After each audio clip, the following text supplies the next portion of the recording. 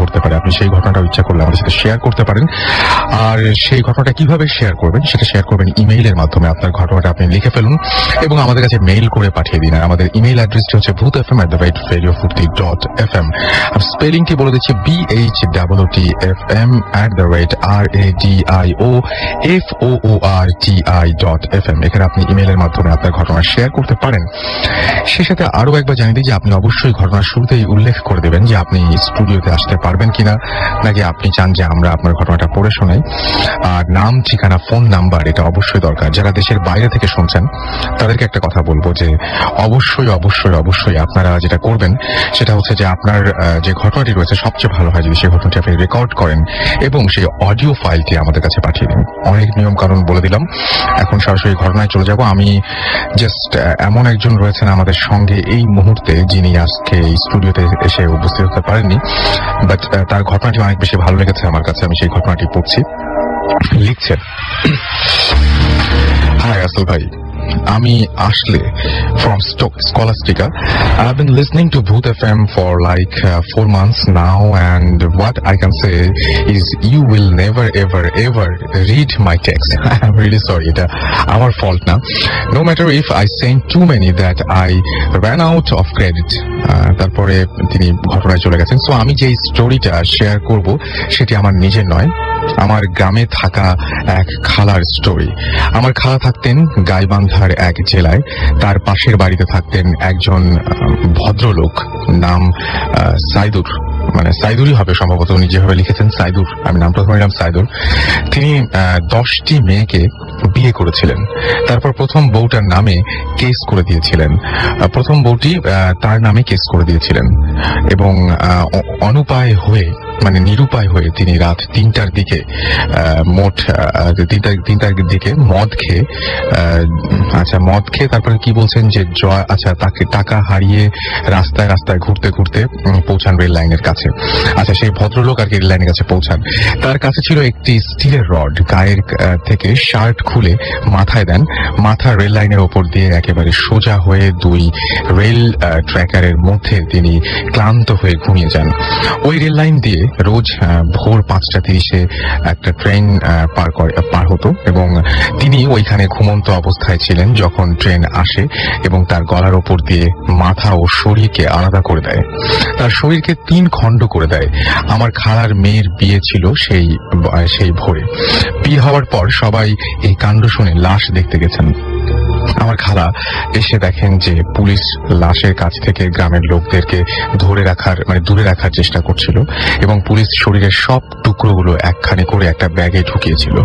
সবার আগে মাথাটা ঢুকানো হয়েছিল, তারপর থানায় পোস্টমর্টেম করতে নিয়ে যাওয়া হয় সেই লাশটিকে। এক রিক্সাওয়ালা সারাদিন রিক্সা চালিয়ে যখন রেল লাইনে রাত 9টার দিকে যান, তিনি তখন এক মেয়েকে দেখেন। রিক্সাওয়ালা সাইদুরের কথা শোনেনি। মেয়েটি রাতে একা রেল লাইন ক্রস করতে ভয় করছিল এই কাহিনী শুনে এবং সেই জন্য সেই রিক্সাওয়ালা বলেন যে রেল লাইনটি পার করে দিতে। রিক্সাওয়ালাকে সেই মেয়েটি বলে আর কি। মেয়েটিকে লাইন ক্রস করার পর, লাইন ক্রস করানোর পর বাড়িতে পৌঁছে দিলেন সেই রিক্সাওয়ালা ভদ্রলোক এবং তিনি আবার রিক্সা নিয়ে লাইন ক্রস করেন, কারণ তার বাড়ি রেল লাইনের উল্টা পারে ছিল। যখন লাইন ক্রস করলো, পাশের লাইন নিচে দিয়ে দেখেন যে সাইদুরের দেহহীন মাথা পড়ে আছে। কিন্তু পুলিশ তো আগে সবকিছু নিয়ে গিয়েছিল। রিক্সাওয়ালা সাহস করে রিক্সা থেকে নেমে মাথাটি ধরতে চায়। যখন তিনি স্পর্শ করতে গিয়েছিল সেই মাথাটি একদম নিরিবিলি, মানে একদম জমায়েত, আপনি গড়িয়ে, উনি যেভাবে লিখছেন আমি ঠিক সবকিছু বুঝতে পারছি না। যেটা ঘটনাটা হচ্ছে এরকম যে মাথাটি তখন গড়িয়ে যাচ্ছে, নিজেই একা গড়িয়ে চলে যাচ্ছিল এবং রিক্সাওয়ালা এটা দেখে অবাক হয়ে নিচে মাথা নিচু করেন, মাথা নিচু করে দেখেন এবং তখন তিনি দেখলেন যে ভয়ে তিনি রিক্সা নিয়ে মাথাটি চিৎকার শুরু করে দিল। যখন রিক্সাটি মাথাটি ধরতে গেলেন তখন মাথাটি প্রথম যেটা করলো সেটা হচ্ছে গড়িয়ে চলে যেতে শুরু করলো এবং যখন তিনি আরো কাছে গেলেন এবং মাথাটি নিচু হয়ে দেখার চেষ্টা করলেন তখন দেখলেন যে চিৎকার করছে সেই মাথাটি চিৎকার করছে এবং ভয়ে তিনি রিক্সা নিয়ে যখন যে কোনো ভাবেই হোক বাসায় ফেরেন এবং বাসায় ফিরে কারোর সাথে কোনো কথা বলেননি। রাত কোনোভাবে কাটিয়ে তার পরের দিন হুজুর নিয়ে আসা হয়, অনেক ঝাড়ফুঁক করা হয়, তাবিজ দেওয়ার পর রিক্সাওয়ালাটি সব কথা বলে দেয়। এবং এখন ওই রেল লাইনের পাশে সন্ধ্যা হওয়ার পর কেউ যায় না। রেল লাইনের আশেপাশের বাড়িতে লোকেরা সন্ধ্যা হয়ে যাওয়ার আগেই ঘুমিয়ে পড়ে, কারণ রাত হলে সাইদুর পাথর দিয়ে বাড়িতে বাড়িতে ঢিল মারতে থাকে। এবং তারপরে এই ঘটনাটা মোটামুটি এখানেই শেষ। এবং তারপরে তিনি বলেছেন যে হ্যাঁ, আশা করছি যে আমরা আপনার ঘটনাটি পছন্দ করবো। হ্যাঁ, আপনার ঘটনাটি অনেক বেশি সুন্দর এবং আমরা সেটা শোনালাম সবাইকে, আশা করছি সবার ভালো লাগবে। এর মধ্যে আমরা দেখতে পাচ্ছি বেশ কিছু SMS ও চলে এসেছে। ফাহিম ফেনী থেকে আমাদের SMS করেছেন যে খুব কষ্টে আপনাকে শুনছি। আমাকে SK সাব্বির খুলনা থেকে SMS করেছেন এবং আমাকে SI ইমরান মানিকগঞ্জ থেকে SMS করেছেন। আমাকে SMS করেছেন রেখ বগুড়া থেকে, জিত ডুমুরিয়া থেকে, তৌসিফ আমাকে SMS করেছেন। এছাড়াও SK রনি ফ্রম শনি রাখা আমাদের রেগুলার SMS করেন, তার মনটা খুবই খারাপ, তাই তিনি লিখেছেন আমার মনে হয় ভূত FM শুনলে আপনার চিন্তা সবকিছু অন্যদিকে চলে যাবে, তখন আপনার মনটা ঠিক এরকম খারাপ থাকবে না। প্রবীণ রাজনীতিবিদ ভূত আমাকে লিখেছেন গাবতলী থেকে এবং তিনি লিখেছেন যে আমি ভূতদের সভাপতি। আমাকে অনন্ত SMS করেছেন জুরাইন থেকে, লিখেছেন আই লাইক ভূত FM আ লট। বাপ্পি আমাকে হরিয়ান থেকে SMS করেছেন এবং আমাকে SMS করেছেন মুরাদ। আচ্ছা, বাপ্পি যেটা লিখেছেন তিনি স্পেশাল কারোর সাথে ভূত FM শুনছেন। মুরাদ 15 জন ফ্রেন্ড মিলে তারা কুয়াকাটা যাচ্ছেন আর ভূত FM শুনছেন। আপনাকে যেটা বলবো যে হ্যাভ এ সেফ জার্নি এবং আশা করছি আজকের ভূত FM অনেক বেশি জমবে। রেজা দ্য ক্রেজি আমাকে SMS করেছেন এবং তিনি বলছেন আশা করছি আজকের ঘটনাগুলো জম্পেশ হবে। মান্না আমাকে SMS করেছেন, লিখেছেন আই লাভ ভূত FM। এছাড়াও জুই আমাকে SMS করেছেন ফ্রম মংলা। এছাড়াও রিয়াজ আমাকে SMS করেছেন, শুভ আমাকে SMS করেছেন পটুয়াখালী থেকে। আমরা গেস্টের ঘটনা যাবো এবং বলেছি যে আজকের ঘটনাগুলো খুবই অদ্ভুত, খুবই চমৎকার, সুতরাং আমাদেরকে ছোট্ট ব্রেক নিতে হবে। ব্রেকের পরে আবারও ফিরে আসছি। সো কোথাও যাবেন না, আমাদের সঙ্গে থাকুন। স্টে টিউনড টু রেডিও ফুর্তি এন্ড ডোন্ট স্টপ দ্য ফুর্তি। FM haunted by Airtel.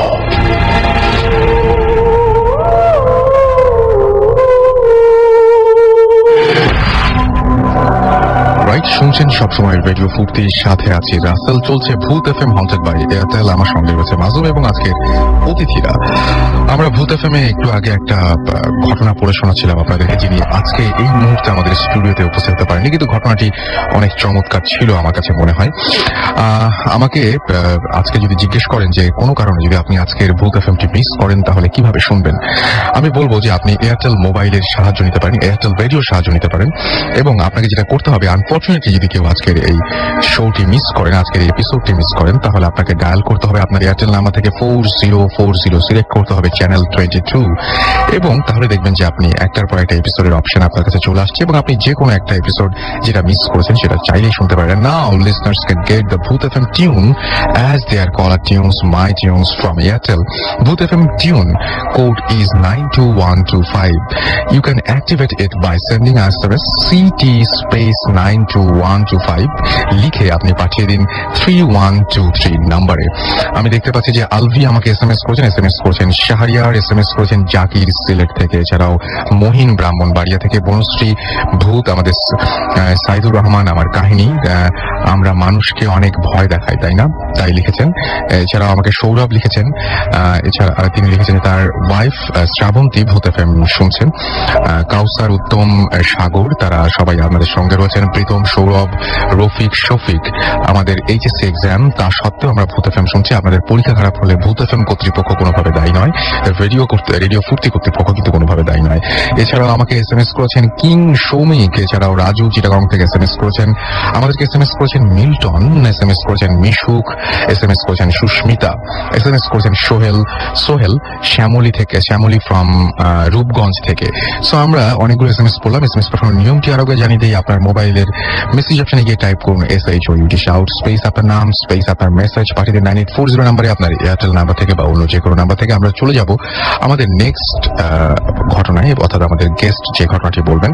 আমাদের সঙ্গে উপস্থিত আছেন যে গেস্ট, প্রথম আমি আপনার নামটা একটু জানতে চাইবো, সবাইকে একটু প্লিজ বলবেন। হ্যালো এভরিবডি, আমি ডক্টর সাইম ময়মনসিং থেকে এসেছি। ওকে, আমরা ঘটনায় চলে যাই তাহলে। রাসেল ভাই, থ্যাংক ইউ আমাকে সুযোগ করে দেওয়ার জন্য। You are most welcome. আমি পেশায় একজন ডাক্তার, তো পেশার সূত্রেই বিভিন্ন প্রাইভেট হসপিটালে আমাদেরকে জব করতে হয়, বাই টার্ন আমরা জব করি। আমি এখন ব্রাহ্মণবাড়িয়ার ল্যাবেট হসপিটালে রেসিডেন্সিয়াল মেডিকেল অফিসার হিসেবে নিযুক্ত আছি। At first, I would like to give thanks all Bhoot FM listeners and especially আমার ওয়াইফ রিটাকে, যে এখন পর্যন্ত ওয়েট করছে আমার কণ্ঠ শোনার জন্য, আমার মেয়ে আলিশা ওয়ার্দা তিতলিকে, আমার শ্যালক জয়, বড় ভাবি এবং অফকোর্স রাসেল ভাইকে। বেসিক্যালি রাসেল ভাই, আমি জিন ভূত অলমোস্ট সব সুপারন্যাচারাল পাওয়ার এতটা বিলিভ করি, আবার করিও না। যদি করতেই হয় তাহলে আমাদের আসলে প্রফেশনে থাকা হয় না, থাকা চলে না, কিন্তু তবুও করতে হয়, কারণ আমি ইসলাম ধর্মের বিশ্বাস করি, ইসলাম ধর্ম আমার, সেজন্য। বাট এখনো পর্যন্ত আমি ওইটাকে মনের মতো আনতে পারিনি, কারণ আমার মধ্যে ব্যাপারগুলো আগে কখনো ঘটেনি। তারপরে আপনি বলতে চাচ্ছেন যে স্টিল আপনি এখনো অতটা বিশ্বাস করেন না? স্টিল আমি 1.5 মাস আগ পর্যন্ত ব্যাপারটা বিলিভ করতাম যে এরকম হয়তো বা হয়, আবার হয়ও না। আচ্ছা, বাট গত 1.5 মাস আগে থেকে যা হয়ে গেল আমার মাঝখানে, আমার লাইফে যা হয়ে গেল, এরপর থেকে আসলে এটাকে ভুলে থাকার কোনো উপায় নেই। আচ্ছা, কি হয়েছিল বলেন, আমরা শুরু থেকে আসি। শুরু করার আগে আমি একটা কথা বলে নিতে চাচ্ছি যে আমি যে হসপিটালে জব করার সময় এই ঘটনাটা আমি এক্সপিরিয়েন্স করেছি। প্রতিষ্ঠানের স্বার্থেই হোক আর মানুষের বিশ্বাস হানি হওয়ার ব্যাপার থেকে চিন্তা করে বলছি যে আপনি কোনো হসপিটালের নাম বলবেন না, মানে বিভিন্ন হসপিটাল আপনাকে কাজ করতে হয় এবং কোনো হসপিটালের নাম আমরা এখানে উল্লেখ করবেন না। ওকে, ফাইন। আমি তাহলে আমার মূল ঘটনায় চলে যাচ্ছি। একদম মাস 2 আগের কথা। আমি তখন যে হসপিটালে ডিউটি করতাম সেটি একটা ক্লু দেওয়া যায়, সেটি পাহাড়ি এলাকা ছিল এবং চা বাগান সম্মিলিত একটা এলাকা ছিল। আশপাশে শুধু চা বাগান ছিল, মাঝখানে একটা হসপিটাল। খুব বেশি একটা মানে জাঁকজমকপূর্ণ না। আমি আমার এক ফ্রেন্ডের রিকোয়েস্টে সেখানে গিয়েছিলাম। আচ্ছা, হসপিটালটার আউটলুকিংটা এমন ছিল যে রাত 8-9টার পর থেকে দেখা যেত সবকিছু একদম শুনশান হয়ে যেত। খুব প্রয়োজন না পড়লে কেউ বের হতে চাইতো না, কিংবা কেউ বের হতো না। আচ্ছা, দূরে একটা মসজিদ ছিল, তো 2-1 মুসল্লি সেখানে নামাজ পড়তেন, এই দেখা যেত। তো ঘটনাটা যেদিন ঘটে, আরো মাস 2 আগের ঘটনা সেটা। আমি রাতের বেলায় অ্যাজ ইউজুয়াল পেশেন্টদের রাউন্ড দিয়ে শেষ করে আমার রুমে এসে রেস্ট নিচ্ছি, আমার ওয়াইফের সাথে কথা বলে রেস্ট নিচ্ছি। আচ্ছা, একটু টিভি দেখতে ইচ্ছে করলো, টিভি দেখে কখন ঘুমিয়ে পড়েছি ঠিক খেয়াল নেই, আমি টিভি অফ করে ঘুমিয়ে পড়লাম।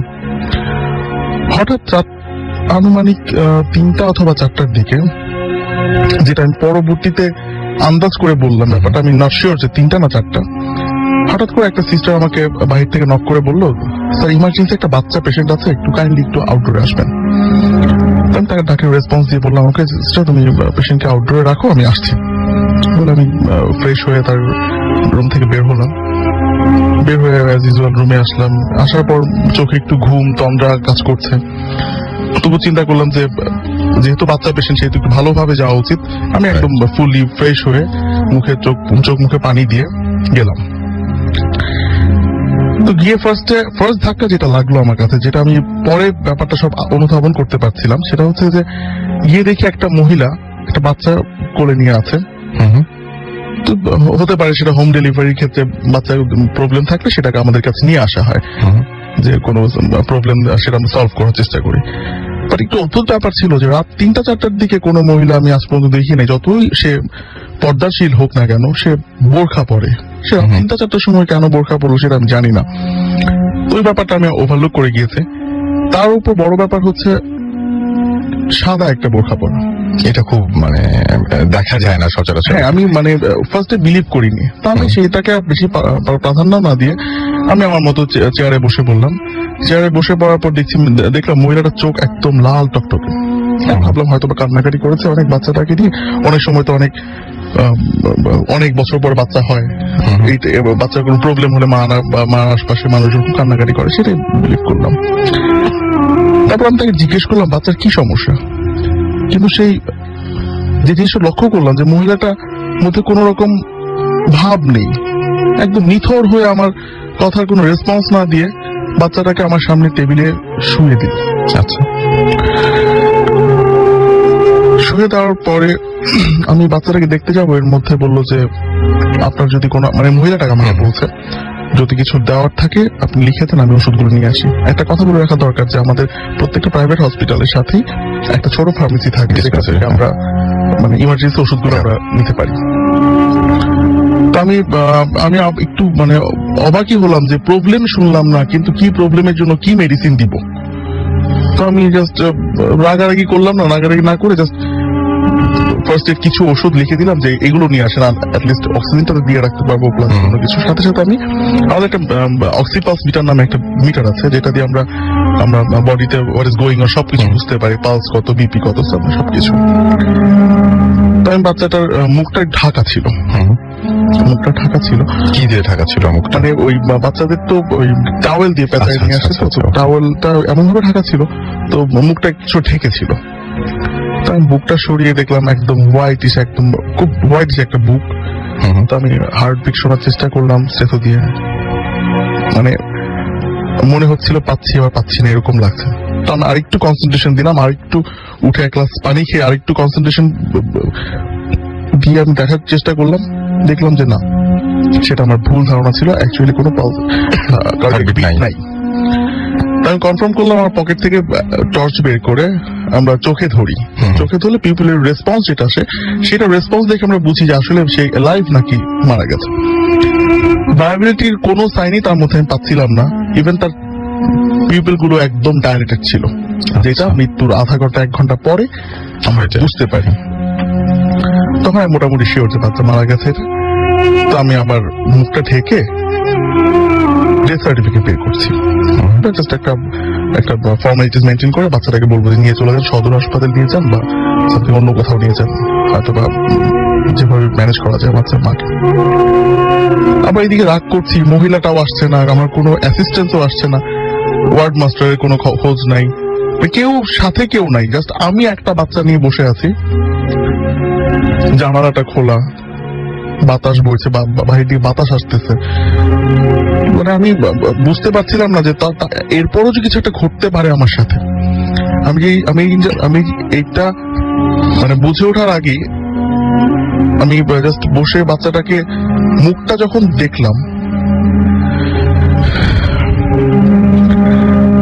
আমি আসলে এই কথাটা যখন বলতে যাই তখন আমি অনেকের এক্সপিরিয়েন্সের কথা বলে, বাট নিজের সাথে ঘটে যাওয়া কথাগুলোকে বলতে পারে না। তো যেটা আমি দেখলাম, বাচ্চাটা চোখ লাল হয়ে আমার দিকে তাকিয়ে আছে। আচ্ছা, স্টিল বাচ্চাটার pupil dilated, no cardiac beat. আমি বাচ্চাটা কার্ডিয়াক বিট আবার দেখার চেষ্টা করলাম, যেই দেখতে গেলাম বাচ্চাটা আবার হাত চেপে বসলো। ওই ছোট বাচ্চাটা মিনিমাম 1-1.5 ঘন্টা আগে যেটা জন্ম হয়েছে, আবার মারাও গেছে। চোখ লাল করে তাকিয়ে আমার দিকে আমার হাত চেপে ধরলো। আমি মানে আমার গলা শুকিয়ে যাচ্ছিল, আমি কথা বলতে পারছিলাম না। আমি জাস্ট আমার জ্ঞান হারাবো এই অবস্থাতে আমি জাস্ট বুঝতে পারছিলাম না যে কি করব। আমি জোর খাটানোর চেষ্টা করলাম। আমি যখন উঠে পড়লাম চেয়ার থেকে, সে আরো শক্ত করে আমার হাতটা চেপে ধরলো। আমি চিৎকার দিলাম, মনে হচ্ছিলাম চিৎকার দিতে পারছি না, তাও আমি চিৎকার দেওয়ার চেষ্টা করলাম। বাচ্চাটা আমার দিকে তাকিয়ে অদ্ভুত ভাবে আমার দিকে তাকিয়ে হাসছে, অদ্ভুত ভাবে তাকিয়ে। এটা না দেখলে আসলে কেউ বিশ্বাস করতে পারবে না যে কিভাবে তাকিয়ে সে আমার দিকে হাসছিল।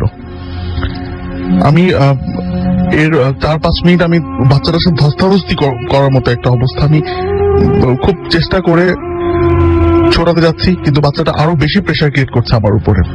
এদিকে আমি চিল্লি করছি, আমি চিৎকার করছি যে কেউ আছে কিনা, কেউ আছে থাকলে আমাকে হেল্প করো, আমি প্রবলেমে পড়েছি। বাট কোন রকম কোন রেসপন্স আমি আশপাশ থেকে পাইনি তখন। তো যেটা হলো, কিছুক্ষণের মধ্যেই ফজরের আজান শুনতে পেলাম। আমি যখনই ফজরের আজানটা শুনতে পেলাম, আস্তে আস্তে দেখলাম বাচ্চাটা আস্তে আস্তে নিথর হয়ে যাচ্ছে আবার। সে যতটুকু অ্যাক্টিভ ছিল সে এতটা অ্যাক্টিভ না। হ্যাঁ, যখন আল্লাহু আকবার বলে টান দিল ফজর আজান, তখন থেকেই বাচ্চাটা আস্তে আস্তে নিস্তেজ হয়ে যাচ্ছে, চোখগুলো আস্তে আস্তে বন্ধ হয়ে যাচ্ছে, হাসিটা বন্ধ হয়ে যাচ্ছে। আমি তখন আমার তখন মনে হচ্ছিল, আমার মা তখন মা বলতো যে কোনো প্রবলেম হোক, আজানের পরে কোনো প্রবলেম গুলো অশরীরী কোনো কিছু এক্সিস্টেন্স থাকে না পৃথিবীতে। ফজরের আজানের পরে এক্সিস্টেন্স থাকে না। তো আমি সেটা বিলিভ আমার মাথায় তখন কাজ করছিল। আমি ওয়েট করছিলাম যে ফজর আজান আরেকটু হোক, টোটালটা শেষ হোক, তারপর দেখা যাক কি হয়। যখন আমার আজানটা শেষ হয়ে গেল, বাচ্চাটাও আস্তে আস্তে হাত ছেড়ে দিল আমার হাত, আর সঙ্গে সঙ্গে বের হয়ে আউটডোরে বাহির থেকে লক করে দিলাম, যাতে যে ঘটনাটা যে সত্যি এটা বোঝানোর জন্য। আমি ওর সামনে দাঁড়িয়ে, দরজাটার সামনে দাঁড়িয়ে চিৎকার চেঁচামেচি শুরু করলাম যে কেউ কি নাই হাসপাতাল, আমি একাই শুধু হাসপাতাল ডিউটি করছি।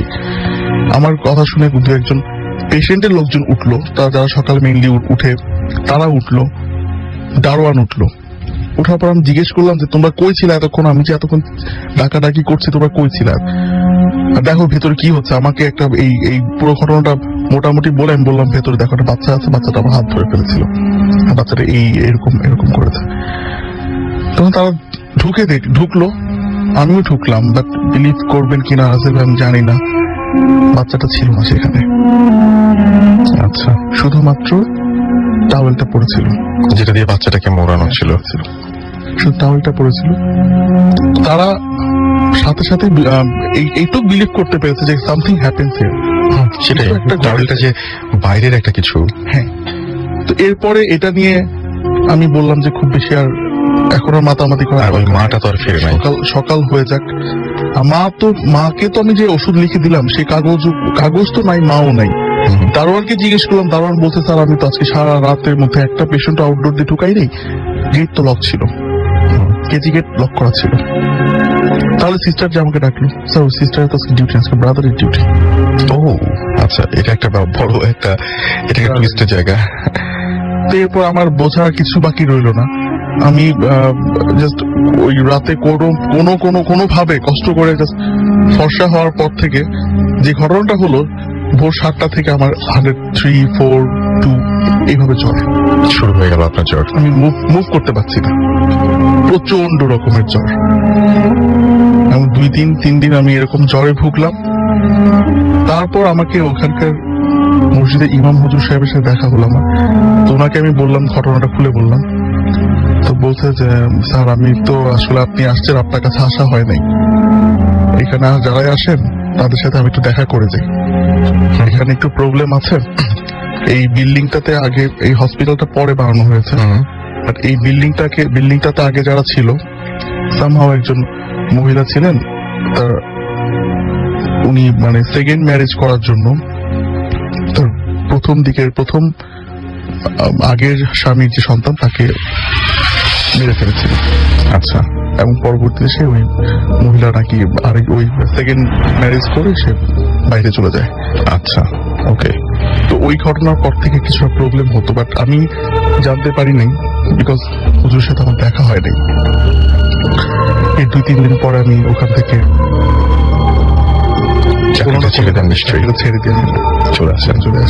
আপনার নিশ্চয়ই মানে এরকম কোনো ঘটনা থাকলে ওখানে হয়তো থাকতেন, বাট পরে আর সেখানে থাকা হয় না। আমি তো আর মানে আমি যদি শুনতামও তাহলেও একটা বুঝতাম যে না ঠিক আছে, এটা হতেই পারে, সেটাই। বাট আমার চোখের সামনে ঘটে যাওয়া এরকম ঘটনা আমি এটা আপনি মেনে নিতে পারছি না, সেটাই। যাই হোক, এই ছিল ঘটনা, এবং আমি বলেছি যে এরকম ঘটনা আরো আছে, সুতরাং আমাদের সঙ্গেই থাকুন। আমি বেশ কিছু SMS দেখতে পাচ্ছি, সেই SMS গুলো পড়বো। শোভন আমাকে SMS করেছেন ময়মনসিংহ থেকে এবং লিখেছেন, সায়েম ভাই কেমন আছো? তিনি এই স্টোরিটা অনেক এনজয় করেছেন, সেটাও লিখেছেন আমাদেরকে। জুয়েল লিখেছেন, অসম একটা স্টোরি, অসম। আমাকে লিখেছেন মামুন, এবং তিনি লিখেছেন যাত্রাবাড়ি থেকে যে অনেক ভয় করছে। 10 মার্চ হচ্ছে তার বার্থডে, নামটা লেখেননি তিনি। ধ্রুব আমাদের লিখেছেন, SMS করেছেন নাজমুল আমাদেরকে। এছাড়াও আমাদেরকে SMS করেছেন ফারহান বংশাল থেকে, নয়ন সিলেট থেকে SMS করেছেন আমাকে, এবং আমাকে SMS করেছেন বর্ণ মানিকগঞ্জ থেকে, এবং তিনিও তার ওয়াইফ, 2 ভাগ্নে, 2 দুলাভাই সবাই মিলে একসঙ্গে শুনছেন। পরাগ লিখেছেন আমাদেরকে SMS করেছেন। আসিফ খান রাজশাহী কলেজ থেকে SMS করেছেন, আজকের ভূত FM জোশ তাই লিখেছেন। আমাকে চিন্তিত ভূত SMS করেছেন ফ্রম শাহজালাল ইউনিভার্সিটি, এবং তারও অনেক পছন্দ হয়েছে, তিনি সেটা বুঝিয়েছেন। রাব্বি ইমন আমাদের লিখেছেন আকিজ কলেজ যশোর থেকে। এছাড়াও অয়ন আমাদের বরিশাল থেকে SMS করেছেন আমাদেরকে সজীব খুলনা সিটি কলেজ থেকে, এবং তিনি বলেছেন তিনি একটা অ্যাক্সিডেন্ট করেছেন, তারপর ভূত FM শুনছেন। থ্যাংক ইউ আমাদের সঙ্গে থাকার জন্য। কিন্তু কিন্তু একটু নিজের যত্ন নেবেন এবং ডাক্তার যেটা বলে সেটা সেইভাবে চলার চেষ্টা করবেন। শাহিদুল আমাকে এসএমএস করেছেন নাটোর থেকে এবং আমাদেরকে এসএমএস করেছেন সাইমা, মিতু, ঐশী, শরীফ দাদা, তারপরে শরীফ ভাই, শুভ চাচু, সবাই মিলে ভূত এফএম শুনছেন। এসকে রনি শরীরাখা থেকে আবার এসএমএস করেছেন।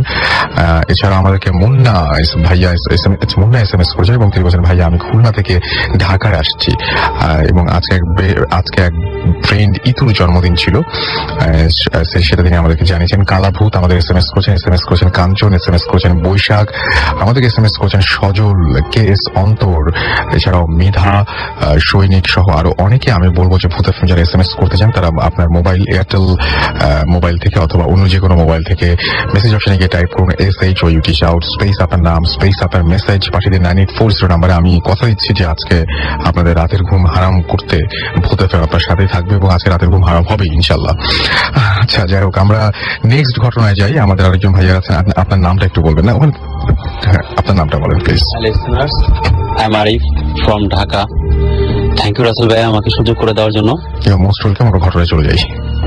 আমার ঘটনা শুরু যেখান থেকে, সেদিন আমি বাসায় সম্ভবত ক্রাম খেলতেছিলাম ঘরে বসে। তো সময়টা হচ্ছে ঠিক মাগরিবের সময়। তখন আমি চিৎকার চেঁচামেচির আওয়াজ শুনতে পাই হঠাৎ করে। তো আম্মাকে বলি যে আম্মা কোথা থেকে শব্দটা আসতেছে, আমি একটু দেখে আসি বলে আমি বাসা থেকে বের হয়ে যাই। দেখি যে সেই গলির দিকে অনেক মানুষ ছুটছে। তো আমিও চলে যাই। ঠিক আমার দুইটা বাড়ির পিছনেই সে বাড়িটা। তো আমি চলে যাই।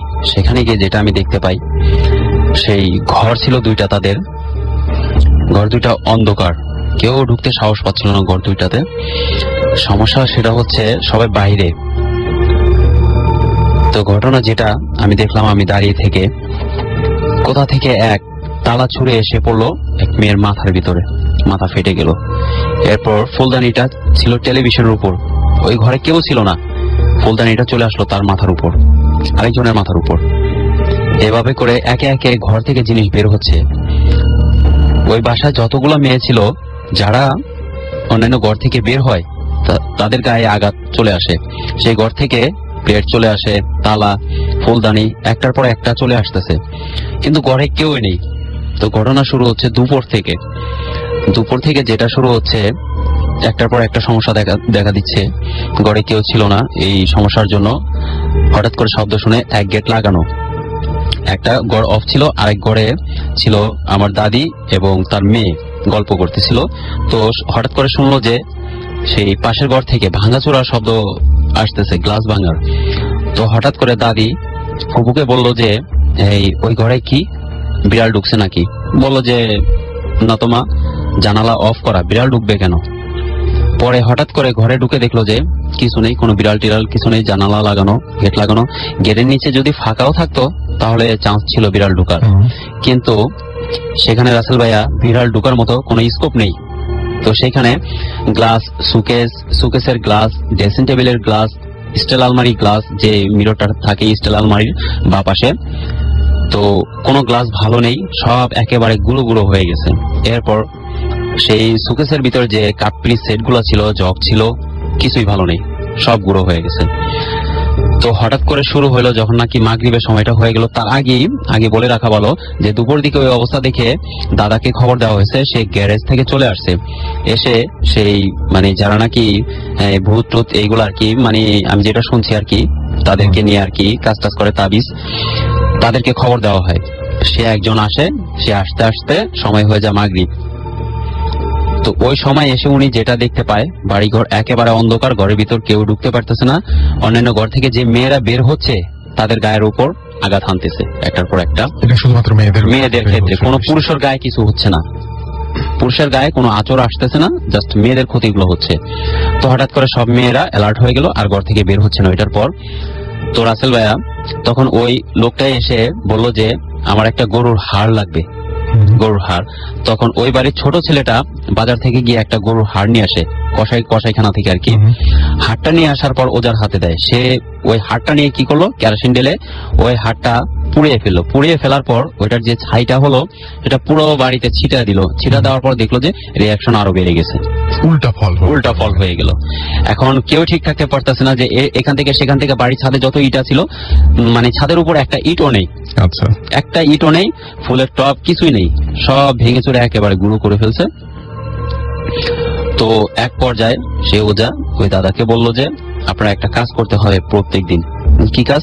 মাগরিবের সময় ঠিক আজান দিবে ভাব, ওই সময়টায় আপনি ছাদের উপর উঠে আপনাদের যে বাড়িটা যতটুকুর মধ্যে ওই ছাদের উপরে চারপাশে 4টা হাড়ির ভিতরে আগুন করে ওইটার ভিতর ধূপ দিবেন। এই কাজটা করতে পারবেন? বললো হ্যাঁ পারবো। তখন যেটা হলো আর কি, ওই দাদা ছাদের উপর যখন হাড়িগুলো দিতে গেল, তখন যা দেখতে পেল, মানে তার কি বলার রাস্তা থাকে না। সে দেখতে পেল যে 3টা বাচ্চা, 2টা বাড়ির মাঝখানে যে একটা গলি হয়, মানে ওই গলিটা আর কি অফ, সেখানে কেউ যায় না, সেই গলিতে 3টা বাচ্চা দেখতে পায়। বাচ্চা 3টার এরকম অবস্থা, তাদের গায়ে কোনো কাপড় নেই, বড় বড় লোম। সেটা দেখে সে ওইখান থেকে কোন রকম চলে আসে। আর ঘটনা শুরু যেখান থেকে সেটা বলতেছি আমি, এটা ঘটনার শেষের দিকে। শুরুটা বলতেছি, তার একটা মাত্র মেয়ে আর 2টা ছেলে। তার মেয়ে প্রায় স্বপ্নে দেখতো ক্লাস 10 থেকে, মানে 10-এ যখন পড়ে আর কি, তখন থাকতে আর কি সে স্বপ্ন দেখতো যে তাকে বিয়ে করতে কেউ একজন নিষেধ করতেছে যে তুমি কখনো বিয়ে করবা না। এই স্বপ্ন কন্টিনিউ সে দেখতে থাকে। দেখতে দেখতে এক পর্যায়ে তার বড় ভাইয়ের ফ্রেন্ডের সাথে তার মানে মন দেয়া নেয়া হয়ে যায় এবং তার সাথে বিয়ে হয়ে যায়। এক পর্যায়ে তাদের একটা সন্তানও হয়। সন্তান হওয়ার পর যে ঘটনা ঘটে সেটা হচ্ছে, সে বাচ্চাটাকে ঘরে একা রেখে কোথাও যেতে পারতো না। একদিন সে বাচ্চাটাকে ঘরে রেখে গিয়ে তার আম্মার সাথে কিচেনে কাজ করতেছিল। কাজ শেষে সে যখন ঘরে গেল, ঘরে গিয়ে যেটা দেখলো, তার বাচ্চাটার মুখের এক পাশ দিয়ে ব্লাড ঝরতেছে। তো সে বুঝতে পারলো না যে ঘটনা কি। বাচ্চা মানুষ হয়তো নিজে নখ দিয়ে আঁচড় টাচড় দিচ্ছে মুখের ভিতরে, হয়তো রক্ত বের হচ্ছে, কিন্তু আঁচড়ের কোনো দাগও পেল না সেখানে। রক্তটা আসলো কোথা থেকে সে জায়গা খুঁজে পাচ্ছে না। তো যাই হোক, সেদিন চলে গেল। পরবর্তীতে আবার হলো সেই একই ঘটনা, বুঝতে পারলো না। তো তৃতীয় দিন যে ঘটনাটা ঘটলো সেটা খুবই ভয়াবহ ঘটনা। সেদিন বাচ্চাটা প্রতিদিনের মতো সে বাচ্চার মা তার নানির সাথে আর কি, তার মা আর কি কাজ করতেছিল কিচেনে। বাচ্চাটা হঠাৎ করে জোরে চিৎকার করে উঠলো ঘর থেকে। তো সেটা শুনে বাচ্চার মা দৌড়ে গিয়ে দেখলো যে একটা পা তার জানালা বাইরে। এখন রাসেল ভাইয়া, আমি বলবো যে 2 থেকে 3 মাসের বাচ্চা কি জানালার উপর পা উঠানো সম্ভব? না, সেটা তো সম্ভব না, কখনো সম্ভব না। তো ওই অবস্থায় দেখে বাচ্চার মা অবাক হয়ে গেল যে বাচ্চাটার পা জানালার বাইরে কেন। তো তার মাকে ডাক দিল ওই ঘর থেকে না বের হয়ে। তো বাচ্চাটার পা ওইখান থেকে বের করে নিয়ে আসলো, জানালা থেকে বের করে নিয়ে এসে ডাক্তারের কাছে নিয়ে গেল। সাথে সাথে গিয়ে ওইখান থেকে ব্যান্ডেজ করে নিয়ে আসলো। এরপর থেকে বাচ্চাকে কখনো একা ঘরে রেখে কোথাও যায় না। ওকে, এই ছিল আমার ঘটনা। Thank you so much. এর মধ্যে আমাদের বেশ কিছু SMS চলে এসছে। অপু সিলেট থেকে আমাদের SMS করেছেন। আজকে প্রথম তিনি ভূত FM শুনছেন, খুব ভয় লাগছে, আশা করছি ভালো লাগবে। মেহেদি হাসান সজীব আমাদের তুতপাড়া খুলনা থেকে SMS করেছেন এবং তিনি বলেছেন যে আমি বাইক অ্যাক্সিডেন্ট করেছি, বাট ভূত FM শুনছি, বাইক অবশ্যই সাবধানে চালাবেন। আমাদেরকে SP হামিদা SMS করেছেন। এছাড়া আমাদেরকে আবুল খায়ের SMS করেছেন, তিনি এবং তার ফ্রেন্ড হাসিবুর ভূত FM শুনছেন। মুসা চৌধুরী আমাদের SMS করেছেন সিলেট থেকে। হযরত আলী কুমিল্লা থেকে SMS করেছেন।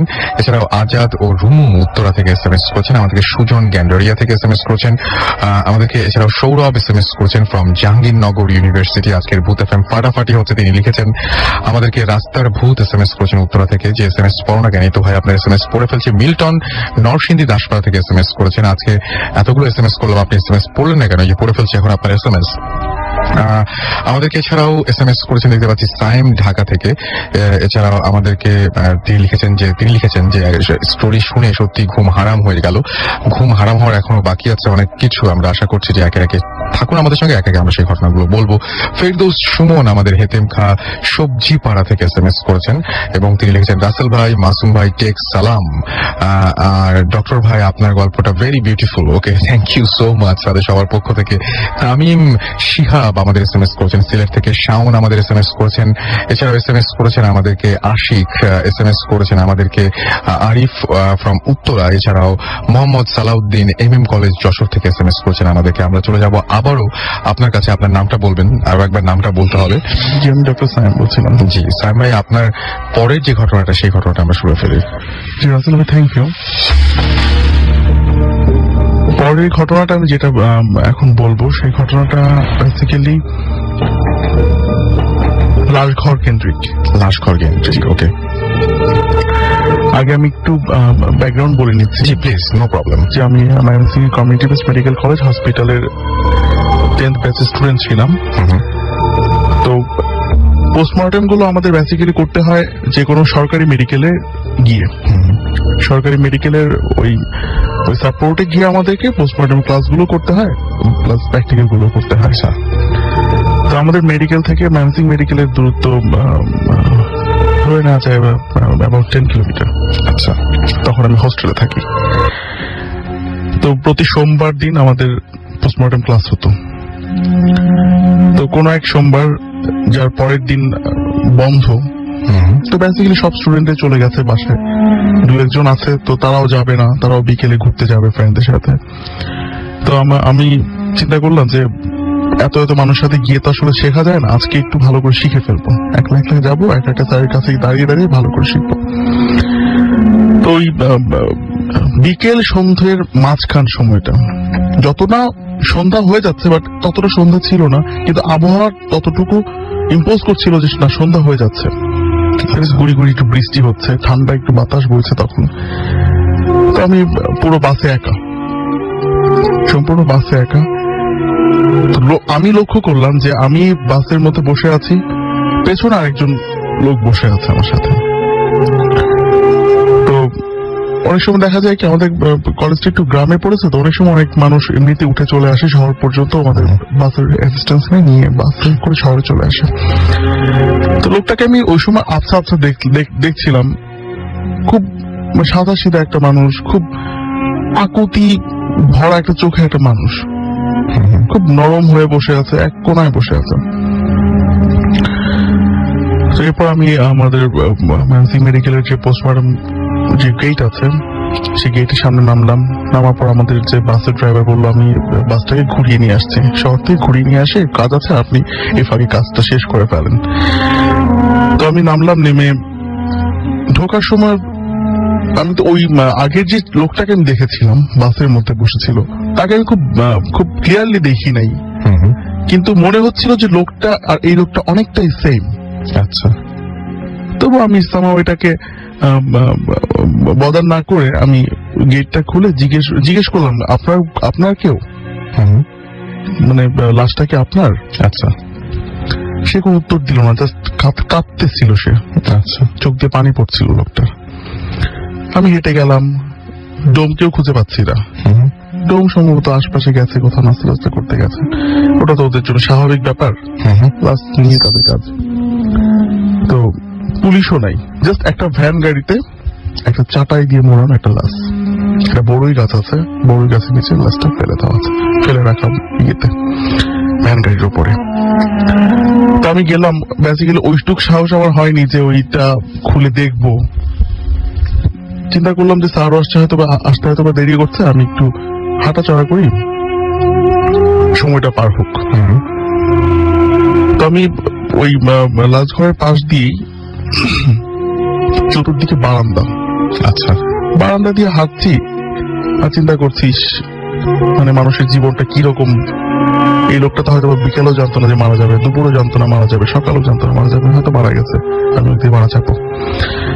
চিন্তা করতে করতে আমি হাঁটছি, হঠাৎ করে একটা সাইড দিয়ে ঘুরে যখন আরেক সাইড দিয়ে হাঁটা শুরু করবো, 4 কোণা বারান্দা, তো এক কোণা হেঁটে শেষ করেছি, আরেক কোণা যখন স্টার্ট করবো তখন দেখি অপোজিট কোণায় ওই লোকটাই দাঁড়িয়ে আছে। আচ্ছা, বাট এইটা আনবিলিভেবল যে এতটুকু ফ্র্যাকশন অফ সেকেন্ডের মধ্যে কিভাবে বা এতটুকু ফ্র্যাকশন অফ মিনিটের মধ্যে কিভাবে লোকটা ওখান থেকে এখানে চলে আসবে আমাকে ওভারটেক করে। আমাকে দেখতে হবে, আমি দেখবো। তো আমি কিছুটা এগোলাম, এগিয়ে দেখলাম যে না, লোকটা সেম, আমি যেটাকে দেখেছি, যে লোকটাকে দেখেছি সেই লোকটাই। তখন আমি বুঝলাম যে সামথিং হ্যাপেন। আমি আর সামনে আগাইনি। আচ্ছা, আমি জাস্ট যতটুকু সাহস আমার মধ্যে ছিল সব হারিয়ে ফেলেছেন ততক্ষণে। যতটুকু স্টোর করা ছিল সেইটুকুকেই হাতে নিয়ে আমি ব্যাক করা শুরু করলাম। আচ্ছা, ব্যাক করার সময় যতটুকু সুরা টুরা যা পারতাম, যদি হিন্দি গানের কলি পারতাম সেটাও গাওয়ার চেষ্টা করছি, যে আমি তবুও আমি প্রফুল্ল থাকি। কিন্তু ঘুরে আবার যখন সেই গেট পর্যন্ত আসলাম, সেই তো আবার সেই লাশের সামনে দিয়ে আসতে হবে আমাকে। লাশের সামনে আসলাম, এসে দাঁড়ালাম। এই সময় ডোম আসছে। তো আমি কিছুক্ষণ জোরে জোরে কথা বললাম, কি ব্যাপার, আপনি দেখতেছেন যে একটা লাশ পড়ে আছে, আপনি কাউকে ইনফর্মও করেন নাই, এটা পুলিশ নাই, লাশটা কি হয়েছিল, কি হয়েছে? তো বলতেছে যে পারিবারিক জেদ ধরে খুব নিরীহ একটা মানুষকে মারছে, খুবই নিরীহ মানুষ, মানে যেটা আমরা ক্রস ফায়ারে বলি। তো গ্রামের বাড়িতে ওই রাগের মাথায় ওই লোকটাকে মারা হয়েছে, এরকম ঘটনায় বলে গেছে। তার সাথে যে লোকজন তারাও লাশটাকে আর ক্যারি করবে না। আচ্ছা, তারা বলে গেছে পোস্টমর্টম করে যা ইচ্ছা করো করে রেখে দাও। তারা এটাকে আর এটার দায়িত্ব নিতে চাচ্ছে না। এখানেও বিলিভ করতে পারবেন না, আমি ডোম যখন চাটাইটা খুললো, যেই মুখটা আমি ঢোকার সময় দেখলাম কান্না কান্না চোখে, যেই মুখটা আমি বাসের মধ্যে দেখেছিলাম কান্না কান্না চোখে, সেই মুখটার লোকটাই এই লোকটা, এবং যাকে আপনি বারান্দায় দেখেছিলাম, সে কান্না করে কিছু একটা বলতে চাচ্ছিল, কিন্তু আমি সুযোগ দেইনি। সেই লোকটাই ভেতরে, সেই লোকটাই লাশ হয়ে শুয়ে আছে আমার সামনে। আমি আর কিচ্ছু না বলে ডোমকে বললাম যে মামা আজকে আর ই করবো না, আমি একটু আমাকে একটু আগায় দেন। তো উনি হাসতেছেন যে কি ভয় পেয়ে গেছেন, এই সেই এরকম দেখতে দেখতে তো আমাদের অভ্যাস হয়ে গেছে। আমি বলছিলাম আমাকে প্লিজ একটু আগায় দেন, মানে মেইন রোড থেকে ওই রাস্তাটা একটু লাশ ঘরের রাস্তা, তো খুব ভালো কিছু না, এই জন্য আমাদের সবকিছু মনে হয় ভয়ে ভয় লাগে। তো আমি ওইদিকে, উনি আমাকে আগায় দিলেন, হোস্টেলে চলে আসলাম। ওই দিন রাতে হোস্টেল পুরো খালি, সবাই চলে গেছে নিজের মতো ইয়েতে চলে গেছে, বাসায় চলে গেছে। সেদিন রাতের বেলা আমি টয়লেট করতে এসেছি, আমাদের অনেকটা রাস্তা হেঁটে তারপর টয়লেট আসতে হয়। আচ্ছা, টয়লেটে এসে টয়লেটের বারান্দা দিয়েও সেম চেহারা, ওই লোকটাকেই দেখলাম আমি। বারান্দা দিয়ে মানে বারান্দা, টয়লেটের ভেতর যে ছোট মানে ইয়েগুলো থাকে, জানালাগুলো থাকে, জানালা দিয়ে তাকিয়ে, ভেন্টিলেশনের জন্য যেগুলো থাকে, জানালা দিয়ে তাকিয়েছে। আমি এখন তো দৌড়েও লাভ নেই, আর মানে ওখান থেকেও আমি কিছু ই করতে পারছিলাম যে কি করব। তাও আমি চোখটা বন্ধ করে নিচের দিকে রেখে সবগুলো লাইট একসাথে জ্বালিয়ে দিয়ে দৌড়ে কোনো মতনে রুমে আসছি। রুমে আসার পরে আমি শুয়ে পড়লাম, ঘুম আসতেছিল না, চোখে ঘুম আসতেছিল না, একদম খুব ভয় পাচ্ছিলাম। গরম ঠান্ডার দিন, কিন্তু মনে হচ্ছিল যে সবকিছু দিয়ে আমার শরীরটা মুড়িয়ে রাখলে হয়তো বা কেউ আমাকে টাচ করতে পারবে না, এরকম একটা ব্যাপার। কাঁথা দিয়ে সম্পূর্ণ পাটা গুজিয়ে দিলাম, যেটা স্বভাবত আমার হয় যে অনেক সময় যে কেউ ধরতে পারবে না আমাকে, আমি একদম পুরো প্রোটেক্টেড হয়ে গেলাম। আমি রাতের বেলা স্বপ্নে এই লোকটাকে আবার দেখলাম। আচ্ছা, সেই লোকটাকে আমি স্বপ্নে দেখলাম। সেই লোকটা আমাকে বলতেছে, ভাই আমাকে আর কেন কষ্ট দিচ্ছেন, আপনি যদি না কাটতেন তাহলে ডোম তো আর কাটতো না, মানে আমরা যদি না চাই তখন তো আর সেটা পোস্টমর্টমের দিকে আগায় না, লাশটাকে সে বেওয়ারিশ ভাবে ফেলে দিবে বা রেখে দিবে, আঞ্জুমান মফিদুল এসে এটাকে দাফন কাফন করায় ফেলবে। বাট পরে যেটা, আমি পরের দিন শুক্রবার ছিল, আমি মসজিদে গেলাম। মসজিদে আমাদের হসপিটালের যে মানে মসজিদের ইমাম যে হুজুর ছিল, তাকেই ব্যাপারটা বললো। তো উনি আমাকে যেটা বললো, যে ওনার পয়েন্ট অফ ভিউ থেকে যেটা বললো, যে হয়তোবা লোকটা চাচ্ছিল না যে আমি কোনোভাবে যেন আমার যাত্রাটা ভঙ্গ হয়ে যাক। আমি যদি না যাই, ওই হসপিটালের সামনে ওই লাশটা এমনি পড়ে থাকতো, আর অবভিয়াসলি বিকালের পরে আর পোস্টমর্টম হয় না। এই লাশকে আরো কেউ হিমাঘরে রাখবেও না, চার্জ দেওয়ার টাকা দেওয়ার কেউ নাই। তখন অটোমেটিক লাশটাকে আবার আঞ্জুমান মফিদুলে পাঠাই দিবে। লোকটা আকুতি হয়তো বা তাই ছিল যে আমাকে কেন কাটাছেড়া করানো হচ্ছে। আমরা জানি যে মানুষ মারা গেলে একটা ফুলের পাপড়ি পড়লেও নাকি অসম্ভব কষ্ট পায়, আর সেক্ষেত্রে পোস্টমর্টম তো অবভিয়াসলি এটা অনেক অনেক কষ্টদায়ক। এরপর সত্যি কথা আমি আর এরপর পোস্টমর্টম গুলোতে আমি আসলে যেতাম না। আমি এই যে লোকটার যে করুণ আকুতি আমি দেখেছি, প্লাস ওনার স্বপ্নের মধ্যে আমি বিশ্বাস করবেন রাতে আমি রাতের বেলা চোখ দিয়ে পানি এসেছিল, আমি কান্না করেছি। সকালে উঠে মনে হয়েছে আমি যার জন্য ভয় পেয়ে আমি রাত্রে ঘুমাতে পারছিল না, তার জন্য আমি সকালে আমার চোখ দিয়ে পানি আসছে। এই ঘটনাটা আমি এই জন্য বললাম যে এই ঘটনাটার সাথে আমার কষ্টও রিলেটেড, আবার ভয়টাও রিলেটেড ছিল। তো আসলে এই ছিল আমার এখনের ঘটনাটা। অনেক ধন্যবাদ আপনাকে আপনার দ্বিতীয় ঘটনার জন্য। আমরা আবারও আপনার কাছে ফিরে আসবো, তবে তার আগে কিছু SMS পড়ে ফেলছি। হাসান, জিয়া, সাদমান, প্রতিম, সাকিব, রাফিদ, রিমন, তারা সবাই আমাদেরকে SMS করেছেন। এছাড়াও তেঁতুল পাতা তালতলা ঢাকা থেকে SMS করেছেন আমাদেরকে। এছাড়াও সাজ্জাদ আমাদেরকে বসুন্ধরা থেকে SMS করেছেন। বসুন্ধরা থেকে যে রাসেল ভাই কেমন আছেন? আমি সবসময় ভালো দলে এবং সবসময় ভালো থাকি। ডক্টর সাইমের গল্পগুলো বেশ ইন্টারেস্টিং লাগছে তার কাছে, লিখেছেন সাজ্জাদ। আর আমাদেরকে বাড়িধারা ঢাকা থেকে SMS করেছেন আমাদেরকে, নামটা বুঝতে পারছি না। আমাদেরকে শুভ্র রাজশাহী থেকে SMS করেছেন, রাজশাহী বিনোদপুর থেকে, এবং তিনি বলছেন এটা আমার লেখা 100তম SMS। আচ্ছা, সবগুলো শো যতগুলো আমরা শো পার করছি তাতে আপনি 100তম হতে পারে। আচ্ছা, তবে থ্যাংক ইউ, আপনি SMS করছেন রেগুলার, অ্যান্ড আমরা আপনার SMS পড়ে ফেলছি।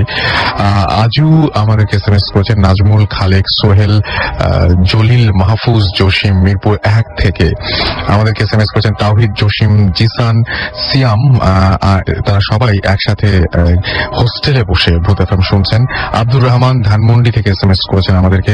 রক্সি SMS করেছেন আমাদেরকে হ্যান্ডসাম ডেভিল নাসির। এছাড়াও আহমেদ আমাদের SMS করেছেন। SSC এক্সাম ছিল তাই লাস্ট 2 মান্থস শুনতে পারেনি, অনেক মিস করেছে। ওয়েলকাম ব্যাক আহমেদ, এবং আশা করছি এখন থেকে রেগুলার আপনাকে পেয়ে যাবো। মহিন আমাকে SMS করেছেন। নিতু SMS করেছেন সাতক্ষীরা সুলতানপুর থেকে। এছাড়াও আমাদেরকে আসাদ, তমা, ময়মনসিং থেকে SMS করেছেন। অনি হাওলাদার আমাদের SMS করেছেন। ফায়াজ ভাইয়া, আজকের ভূত FM খুব ভালো লাগছে। আমি থ্যাঙ্কস দিব আসলে আজকে যারা উপস্থিত রয়েছে সেই সমস্ত অতিথিদের। তা আসলে সত্যি কথা বলতে যে এখানে আমাদের কোনো ক্রেডিট নাই, পুরো ক্রেডিটটাই আপনাদের, যারা ঘটনা পাঠান এবং যারা আমাদের এখানে উপস্থিত থেকে সবাইকে ভয় পাওয়ান, পুরো ক্রেডিট আপনাদের উপরে। আমরা চাই যে আপনারা আরো বেশি বেশি করে আমাদের সাথে ঘটনাগুলো শেয়ার করুন, আমরা আরো বেশি করে সবাইকে নিয়ে মজা করে ভূত FM নিয়ে যেন প্রতি শুক্রবারে ফিরে আসতে পারি। রনি আমাদের SMS করেছেন। এছাড়াও রিঙ্কি SMS করেছেন আমাদেরকে। ফয়সাল এছাড়াও SMS করেছেন, দেখতে পাচ্ছি আমাদেরকে সাব্বির সহ আরো অনেকে। আপনাকে SMS করার নিয়মটি বলি, আপনি যদি ভূত FM SMS করতে চান তাহলে আপনার এয়ারটেল নাম্বার থেকে বা অন্য যে কোনো নাম্বার থেকে টাইপ করুন SHOUT শাউট স্পেস আপনার নাম স্পেস আপনার মেসেজ, পাঠিয়ে দিন 9840 নাম্বারে। আমরা চলে যাব আপনার কাছে এবং আপনার নামটা একটু বলতে হবে শুরুতে। আসসালামু আলাইকুম, আমি শামীম, আমি আসছি জাপান গার্ডেন্স থেকে, মোহাম্মদপুর জাপান গার্ডেন্স থেকে আসছি। তো thank you so much, you are most welcome. তো আমি সরাসরি আমার স্টোরিতে চলে যাচ্ছি। যেটা আজকে আমি যেটা শেয়ার করতে যাচ্ছি সেটা আসলে আমার এক ফ্রেন্ডের স্টোরি। সে আসার কথা ছিল বাট সে আসতে পারেনি। ওর নাম হচ্ছে আজাদ। সে নেত্রকোনার এক জেলায় যে কোনো একটা জায়গায় ঘটনাটা ঘটেছে। তো ঘটনাটা এরকম, আমি এর মধ্যে ডাক্তার সাহেবের রেফারেন্সে বলছি যে জিন যে জিনিসটা আমরা যেহেতু ভূত বলি, আমি জানি না ভূতের কোনো স্পেলিং বা ভূতের শব্দটা কোথেকে আসছে, অস্তিত্ব আছে কিনা, বাট জিন ডেফিনেটলি আছে। এটা আমাদের, আমি ইসলাম ধর্ম বিলংস করি, সো জিন ডেফিনেটলি আছে। তো এটা বিভিন্ন ধরনের হয়, বিভিন্ন রূপে আসতে পারে। তো যারা শেয়ার করে, যারা এক্সপিরিয়েন্স হয় নিজের পার্সোনাল, তারাই জানে। যদিও এটা আমি শেয়ার করতে যাচ্ছি আমার ফ্রেন্ডের। তো আমি যার কথা বলছিলাম আজাদ, তো সে যথেষ্ট পরিমাণ সাহসী, এটা ছেড়ে বলবো একটু গোবেচারা টাইপের, বাট সাহসী। মানে ও হয় না যে পড়াশোনা, যার কাছে পড়াশোনাটাই মুখ্য থাকে একটা জিনিস। তো সে নেত্রকোনাতে সে একটা বাসা, সে পড়াশোনা করবে, পড়াশোনার জন্য একটা বাসা চাচ্ছিল, খুঁজছিল। তো ওরকম হয় কি ওইসব জায়গায় তখন ওইরকম 98-এর ঘটনা সেটা। তো সেরকম মানে ম্যাথের সিস্টেম ছিল না বা লজিং টোজিং ওরকম ছিল না। তো সে একটা বাসা নেত্রকোনা নাগরা জায়গার নাম হচ্ছে নাগরা, যে কোনো নাগরার আমি আর ডিটেলস বলবো না। তো সেখানে সে একটা বাসা চাচ্ছিল আর কি খুঁজতে। তো একটা বাসা ছিল ছোট ছিমছাম বাসা, টিনের বাসা। তো ছোট্ট বাসা, একটা কিচেন ছিল, প্লাস একটা পাশে একটা টয়লেট ছিল, বেশ ভালো এবং খুব কম ভাড়া ছিল। কিন্তু সে যখন নিতে চাচ্ছিল কিন্তু তাকে কোনো এক কারণে দেওয়া হচ্ছিল না। এবং তার সাথে যে ফ্রেন্ড ছিল সে ওনাকে বলছে ওইখানে যাবি কেন, যাস না, এখানে কেউ যায় না। তো সে ইন্টারেস্টেড ছিল, কেন না যাওয়ার কি আছে সমস্যা কি। তো তো 2-3 দিন পর সে করলো কি, সে নিজেই গেল, যে নিজে গিয়ে বাড়ির যে মালিক ছিল বয়স্ক লোক, ওনার কাছে বললো যে চাচা আমি এই রুমটা নিতে যাচ্ছিলাম, ভাড়া কত? আচ্ছা। বলে যে বাবা তোমার যাও শহরে গিয়ে বাসা দাও, এইখানে নেওয়া দরকার কি, তুমি এখানে বাসা নিও না, একটু প্রবলেম হতে পারে। চাচা কি প্রবলেম? আমার দেখেন আমার খুব জরুরি দরকার, কারণ আমার সামনে পরীক্ষা, আমার পড়াশোনা দরকার, আমি এখনো মানে এইভাবে আসলে গেস্টদের বাসায়, আত্মীয়দের বাসায় গেস্ট হিসেবে আছি, এটা খুব খারাপ লাগছে, সো আমার বাসা দরকার, প্লিজ আমি ই করেন। তো বলছে যে তুমি বাসা নিতে যাচ্ছ নাও, সমস্যা নাই আমার তরফ থেকে, কিন্তু তুমি সাবধানে থেকো বাবা, এমনিতে নামাজ টামাজ পড়ো? যে হ্যাঁ নামাজ টামাজ পড়ি। আচ্ছা। তো সাবধানে থেকো বাবা, আর কিছু হলে আমাকে বলো। তো যাই হোক, সে তার ব্যাগ এন্ড ব্যাগেজ যা ছিল সেগুলো নিয়ে এসে বাসায় উঠলো। তো এখানে একটা বুড়া মহিলা ছিল যে রান্না বান্না করবে, এরকম একটা, ওই ভদ্রলোকই বলেছিল যে ভদ্র মহিলাকে বলছে তুমি ওর রান্না বান্নাটা দেখে দিও, একটু খেয়াল রেখো, আর একটু বোঝা টুজা দিও যে কিভাবে কি করতে হবে। তো ওই ভদ্র মহিলা যে ছিল, বুড়া মহিলাটা, সে বললো যে ভাই আপনি থাকেন, কোনো সমস্যা নাই, তবে একটু ভয় টয় পায় না, মাঝে মাঝে জায়গাটা বাসাটা খুব একটা ভালো না, অনেকে আসে কিন্তু আমরা আসলে ভাড়া দিতে চান, চাচা আমি ভাড়া দিতে চাই না, আপনি একটু সাবধানে থাকেন, যাতে আপনি ভয় পান না, আল্লাহ রসুলের নাম নিয়ে কোনো সমস্যা না। তো সে আসলে বুঝতে পারেনি যে ঘটনা কি, বারে বারে আল্লাহ রসুলের নাম নিতে হবে, বা এত ভয় কিসের ভয়, কি আছে এখানে। তো যেটা হলো, বাসায় থাকা 7-8 দিন পর্যন্ত কিছু হয়নি, বাট 7-8 দিন পরে যেটা হলো, সে বললো যে আমি রাত্রে 10টার দিকে পড়ছিলাম, তো ইলেকট্রিসিটি নেই, তো হারিকেন দিয়ে জ্বালিয়ে পড়ছিল। তো হারিকেন দিয়ে জ্বালিয়ে পড়ার সময় তো সে জানতো যে সেদিন বুয়া আসেনি, মানে বুড়া মহিলাটা আসেনি। তো সে হঠাৎ করে শব্দ শুনলো যে রান্নাঘর থেকে আওয়াজ আসছে, চুলা ধরাচ্ছে, কেউ থালা বাসন ধুচ্ছে, বা এই ধরনের কিছু একটা আওয়াজ, তার মানে বুয়া আসছে। তো সে খুব খুশি, সে জোরে জোরে বলছে বুয়া তুমি আসছো, ভালো হয়েছে, তো আমার রান্নার ইয়েটা ঝামেলা চুকলো, তুমি একটা কাজ করছো, ডিম বা হালকা কিছু করে রাখো, যাতে খাবারে ঝামেলা করতে হবে না। রাত 10টা বাজে, অলরেডি বেশ ভালো রাত, 10টা বাজে, কোনো খবর নেই।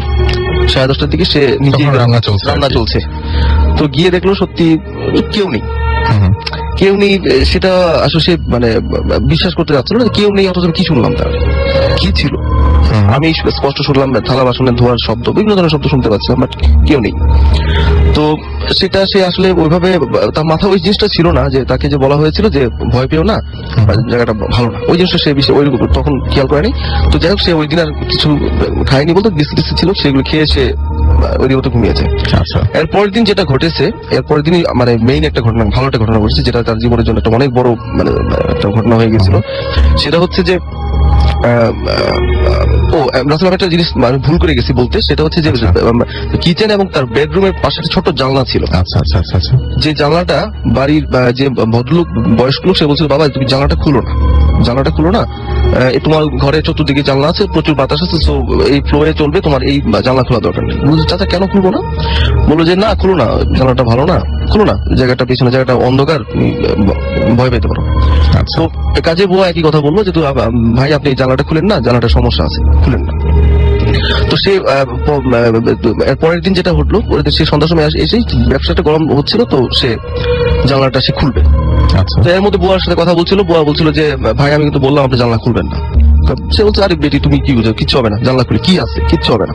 তো সেই জানলাটা খুলতে গেল, একটা ধাপ মানে কি বলে দমকা একটা হাওয়ার মতো বাসার ভিতরে বয়ে গেল। তো সে এটা খুব স্বাভাবিক হতেই পারে, জানলা খোলা হতে বাতাস আসছে, বাট বাইরে কোনো বাতাস ছিল না, বাতাস সে ফ্লো করে চলে গেল। তো বুয়ার মধ্যে নেই, রান্না বান্না করে চলে গেছে। তো যেটা হলো, রাত্রে খাওয়া দাওয়া করার পর 10:30-11টার দিকে সে ঘুমাতে যাবে, ঠিক তখনই রান্নাঘর থেকে একটা ছোট মানে নুপুরের আওয়াজের ছোট ছোট আওয়াজ, অল্প অল্প মানে কেউ একটু নাচছে বা এরকম। তার কিছুক্ষণ পরেই ভালো মাত্রায় আওয়াজ, নাচা শব্দ, মনে হচ্ছে যে কেউ নাচছে। তো সে তবুও এটা ভাবছে যে হ্যাঁ হতে পারে, যে তৈলাক্তপুর এলাকাটা অনেকটা মানে বলবো হিন্দু অধ্যুষিত এলাকা, সঙ্গীত বা এইগুলি হয়, চর্চা হতেই পারে, স্বাভাবিক ব্যাপার। তো সে করলো কি যে আজাদ যেটা করলো যে সে তবু 10:30-11টার মতো বাজে, সে টর্চ লাইটে নিয়ে রান্নাঘরের দিকে আসলো। রান্নাঘরের দিকে এসে যে সেটা জিনিসটা দেখলো, আসলে সে এই জিনিসটা আমাকে সে ফোনে বলছিল যে দোস্ত এই জিনিসটা শেয়ার করিস, আসলে আমার মানে জীবনের বড় একটা ঘটনা। দেখলো ছোট্ট একটা মেয়ে, খুব সুন্দর একটা মেয়ে, সে নাচছে, ছোট ছোট পা দিয়ে খুব সুন্দর হেলে দুলে নাচছে, অদ্ভুত ভাবে নাচছে। তো বলে যাই তুমি কে বলে সে পিছন দিকে তাকালো, আবার মানে দেখতে যাচ্ছিল, কিন্তু পিছন দিকে যখন তাকালো অন্য ঘরের দিকে, যে কোত্থেকে ঢুকলো তার প্রশ্ন, পিছন দিকে স্বাভাবিক হয় না যে তুমি কে বলে পিছন দিকে তাকালো, দেখে যে ওই মেয়েটি নেই। আচ্ছা নেই তো নেই, তো এই ঘটনাটা পরের দিন খুব একটা করে না, তো হুজুর কি বলে ওই যে বাড়িওয়ালার যে ভদ্রলোক সে বললো যে বলে চাচা আমি এই ঘটনা আমি দেখলাম একটা মেয়ে ছোট্ট মেয়ে নাচতেছিল, তো কিভাবে কেন এরকম বললাম, তো জিনিসটা বুঝলাম না কিভাবে ঘটনা ঘটছিল।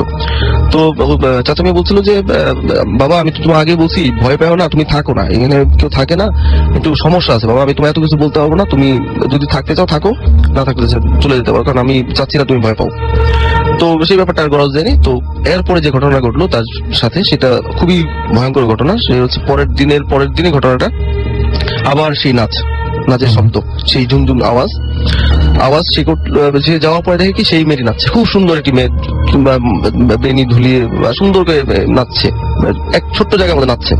নাচার পরে রান্নাঘরে যে ছোট্ট দরজা ছিল সেই দরজাটা সে আস্তে আস্তে বেরিয়ে যাচ্ছে। তো সেই বললো আমি আগে বলছি আমার ফ্রেন্ডটা খুব যথেষ্ট সাহস না, সেই সব পরোয়া করে না। সে বললো আমিও গেলাম সাথে সাথে, সেই মেয়ে নাচতে যাচ্ছে, সেও যাচ্ছে পিছিয়ে গেছে। একসময় যেতে যেতে দেখা যাচ্ছে কি সে একটা ছোট গর্তের মধ্যে বসে গেল। তো সেও গর্তের মধ্যে কাছে যাওয়ার সাথে সাথে তাকে কোনোভাবে হয়তো সে যেটা বললো কি যে তাকে টান দিয়ে নিয়ে যাওয়ার চেষ্টা করছে। তো সে এরপরে সে কিছু মানে জ্ঞান ছিল না, সে জ্ঞান হারিয়ে ফেলছে। সকালবেলা সে তাকে যে মুরব্বীরা এবং যারা সবাই তাকে যেভাবে উদ্ধার করে সেটা হচ্ছে সে একটা ছোট্ট কবরের থেকে তার একটা অর্ধেক মানে বডি তাকে মানে টেনে এনে তাকে মানে সেবা দিয়ে বা করে দিয়ে তাকে সুস্থ করা হচ্ছিল। তারপরে যে ঘটনাটি শুনলো সেই ঘটনাটি হচ্ছে এখানে এই বাড়িতে ছোট্ট একটা ফ্যামিলি থাকতো। তো ফ্যামিলি একটা মেয়ে ছিল, 4 বছরের একটা মেয়ে ছিল, ছোট্ট বাচ্চা ছিল, খুব সুন্দর একটা বাচ্চা। বাট এটা যখন তার ভদ্রমহিলা একটা বিয়ে করেছিল, তার স্টেপ ফাদার যেটা করলো সেটা তাকে মহিলা ভাষ্য অনুযায়ী গলা টিপে মেরে ফেলেছিল, বা এই ধরনের একটা খুন বা এই ধরনের কিছু ছিল, কিন্তু এটা কোনো কেস হয়নি বা কোনো আইনি কিছু হয়নি, তাকে এখানে দাফন করা হয়েছিল। এরপর থেকে এই জিনিসটা মানে হন্টেড একটা ইয়ে। তো এরপরে সেই আমার ফ্রেন্ডও থাকেনি বাসায়, কিন্তু এই ঘরটা আসলে আশেপাশে যারা ছিল ওরা বলছে যে আপনার এই ঘরটা ভেঙে দেন, আচ্ছা, বা কবরটাকে একটা কিছু একটা করেন, হুজুরকে দিয়ে একটা কিছু করায় দেন, মানে বেঁধে দেন বা কিছু একটা করেন। ওকে, থ্যাংক ইউ সো মাচ। আজকে আসলে সবার ঘটনাগুলো অনেক বেশি ভালো হচ্ছে, আমি নিজেই খুব মানে অভিভূত হয়ে শুনছি প্রত্যেকের ঘটনা। শুভ রাজশাহী থেকে আমাদের SMS করেছেন, তিনি ডেইলি ফ্রাইডে 10টা করে SMS করেন, সেটা লিখেছেন। জনি আমাদের SMS করেছেন চাঁপাইনবাবগঞ্জ থেকে। এছাড়াও আমি দেখতে পাচ্ছি যে আমাকে SMS করেছেন নিয়ন ফ্রম ঢাকা, লিখেছেন রাসেল ভাইয়া চাঁদের আলোয় ভূত FM জোস আর ভয়ও লাগছে, সো আই লাভ চাঁদ অ্যান্ড ভূত FM। Thank you so much. Zubair আমাকে লিখেছেন শ্যামলী থেকে, হাই ভাই আজকের কাহিনীগুলো অসাম হচ্ছে, এবং তিনি বলছেন যে আমি ইমরানের সাথে ভূত FM শুনছি। উইয়ার্ড ফেস ফ্রম কিশোরগঞ্জ, তিনি লিখছেন Mishu Mamun with me, we are listening to ভূত FM, এবং তিনি বলছেন রাসেল ভাই ডক্টর সাইম কে থ্যাঙ্কস দেন আমার পক্ষ থেকে, এবং তিনি বলছেন যে আমি বিশ্বাস করি যে তার ঘটনাগুলো সত্যি। ইজাজ আমাদের বরিশাল থেকে SMS করেছেন যে রাসেল ভাই আজকের এপিসোডটা সেকেন্ড এপিসোডের মতো লাগছে, খুবই ভয়ঙ্কর এবং ইন্টারেস্টিং। আমাকে আশিক লিখেছেন ফ্রম রাজশাহী থেকে, আপনি মনে হয় ভূত ভয় পান না, তাই আমাদের SMS পড়ছেন না, ভয় দেখাচ্ছেন তিনি। আমি ভয় পাচ্ছি আসলে। ঋতু আমাদের SMS করেছেন সিলেট থেকে, হাই ভাইয়া কেমন আছেন? 2 দিন আগে আমার কাজিন ইংল্যান্ড থেকে আসছে এবং আজ আমার সাথে ভূত FM শুনছে। সো আপনারা যারা একসাথে ভূত FM শুনছেন সবাইকে একসঙ্গে অনেক অনেক অনেক অনেক ধন্যবাদ জানাচ্ছি এত রাত পর্যন্ত আমাদের সঙ্গে থাকার জন্য। কৌশিক, জনি, রাজন, শিপলু, সনি, আলম, রুবেল, মাসুদ এবং শামীম, তারা সবাই রাজারহাটা রাজশাহী থেকে SMS করেছেন আমাদেরকে, এবং সবাই একসাথে ভূত FM শুনছেন। থ্যাংক ইউ আমাদের সাথে এত রাত পর্যন্ত থাকার জন্য। সুমন এবং চয়ন আমাদের বলেছেন যে আজকে খুবই ভয় লাগছে আর ভূত FMটা ডিফারেন্ট লাগছে। ওকে, সব মানে গেস্টদের কারণেই হয়, এটা আমি আগেও বলেছি, সুতরাং আপনারা যদি ভালো ঘটনা পাঠান ডেফিনেটলি প্রতিটা ভূত FM এরকম হবে। রনি চিটাগং থেকে লিখেছেন ভাইয়া প্লিজ পড়ো, আমি বৃষ্টি একসাথে ভূত FM শুনছি। পীযুষ আমাদের SMS করেছেন, এবং তিনি লিখেছেন পীযুষ প্রশান্ত প্রিয়াঙ্কা ফ্রম দুমকি থেকে তারা আমাদের SMS করেছেন। এছাড়াও মৃদুলা, সাহিল, বর্ণ মানিকগঞ্জ থেকে SMS করেছেন। সুমন তালুকদার এবং চয়ন যশোর থেকে আমাদের SMS করেছেন। তো যারা এতক্ষণ ধরে আপনাদের ঘটনা বলছিলেন তাদেরকে নিয়ে আমরা ফিরে আসবো ছোট্ট একটা ব্রেকের পরে আবারও, তবে তার মাঝখানে নতুন কিছু অতিথি আবারও জয়েন করবে এবং তারা আপনাদেরকে তাদের এক্সপিরিয়েন্স গুলো শেয়ার করবে। So we need a break. Stay tuned to radio Foorti and don't stop the Foorti. যাবার আগে জানিয়ে যায় যারা SMS করতে চান তাদেরকে SMS করতে হলে আপনার এয়ারটেল নাম্বার থেকে বা অন্য যে কোনো নাম্বার থেকে টাইপ করে ফেলতে হবে SHOUT শাউট স্পেস আপনার নাম স্পেস আপনার মেসেজ মেসেজ পাঠিয়ে দিতে হবে 9840 নাম্বারে। ফিরে আসছে একটু পরেই, কোথাও যাবেন না। স্টে টিউনড টু রেডিও ফুর্তি এন্ড ডোন্ট স্টপ দ্য ফুর্তি।